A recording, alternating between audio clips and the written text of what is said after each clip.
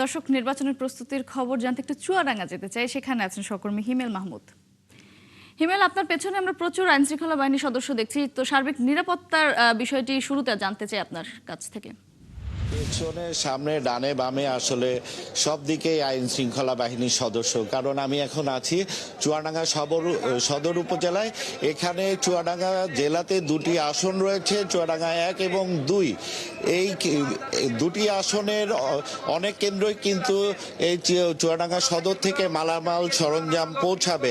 আপনি ছবিতে দেখতে পাচ্ছেন যারা নিরাপত্তা কর্মী রয়েছে তাদের অস্ত্র এবং তাদের যে নিরাপত্তার যে সরঞ্জাম সেগুলো এখানে বন্টন করা হচ্ছে।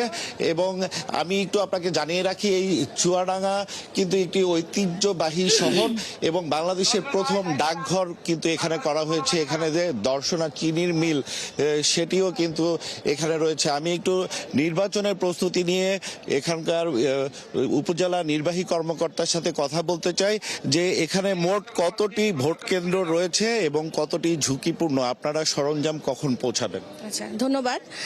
আপনারা জানেন যে চুয়াডাঙ্গা সদর উপজেলাটি আমাদের দুটি আসনের মধ্যেই পড়েছে। চুয়াডাঙ্গা 1 আসনে আমাদের চুয়াডাঙ্গা সদর উপজেলার 6টি ইউনিয়ন এবং পৌরসভা, এবং চুয়াডাঙ্গা 2 আসনে আমাদের চুয়াডাঙ্গার 4টি ইউনিয়ন পড়েছে। এর মধ্যে আমাদের মোট কেন্দ্র চুয়াডাঙ্গা 1 আসন এবং 2 আসন মিলিয়ে চুয়াডাঙ্গা সদরের মোট 92টি। ভালো মানের রডের থেকেও 12% অধিক শক্তিশালী। আকিজ ইস্পাত, কমিটেড টু কোয়ালিটি।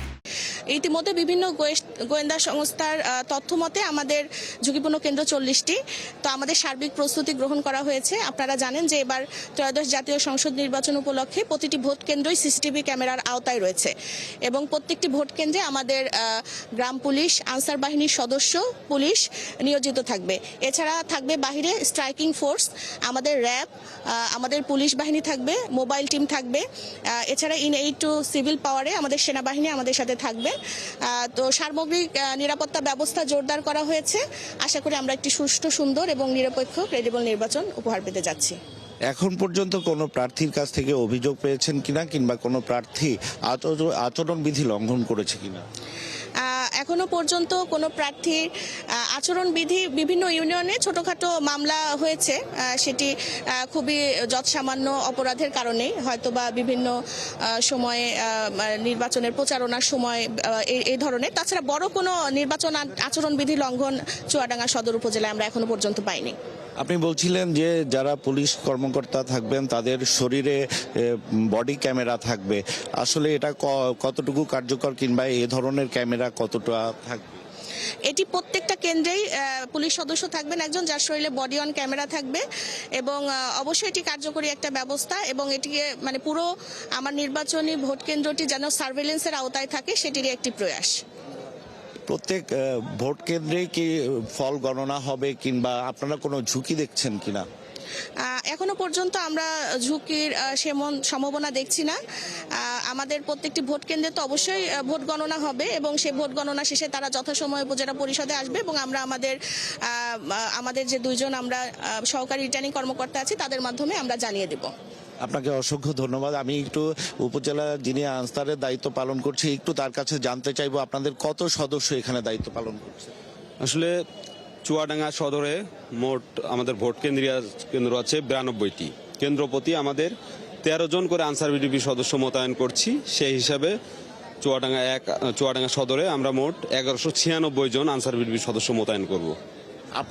আপনাদের কি ধরনের নির্দেশনা আছে যদি বিশৃঙ্খলা হয়? আপনারা জি, আমাদের মহাপরিচালক মহোদয়ের নির্দেশক্রমে আমরা আমাদের এই লোকগুলো মোতায়েন করছি এবং আমাদের এই লোকের মধ্যে আছে 3 জন করে হচ্ছে অতি গুরুত্বপূর্ণ কেন্দ্রেতে অস্ত্রধারী লোক এবং গুরুত্বপূর্ণ কেন্দ্রেও 3 জন করে অস্ত্রধারী লোক, সাধারণ কেন্দ্রে 2 জন করে অস্ত্রধারী লোক আছে।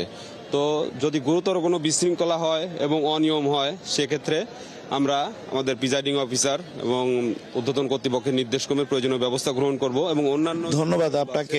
শুনছিলেন মটুসি যে এখানে চুয়াডাঙ্গার যে 92টি কেন্দ্র রয়েছে সেই কেন্দ্রের সব নির্বাচনী সরঞ্জাম এখান থেকে বিতরণ শুরু হয়েছে। সন্ধ্যা নাগাদ সব কেন্দ্রে সরঞ্জাম পৌঁছে যাবে এবং নির্বাচনের জন্য প্রস্তুতির জন্য মোটামুটি এখানে প্রশাসন প্রস্তুত। আইন শৃঙ্খলার তেমন কোনো গুরুতর অভিযোগ এখানে নেই। যদি কোনো নতুন তথ্য থাকে তা আমি আপনার মাধ্যমে দর্শকদের জানিয়ে দেব। মৌটুসী।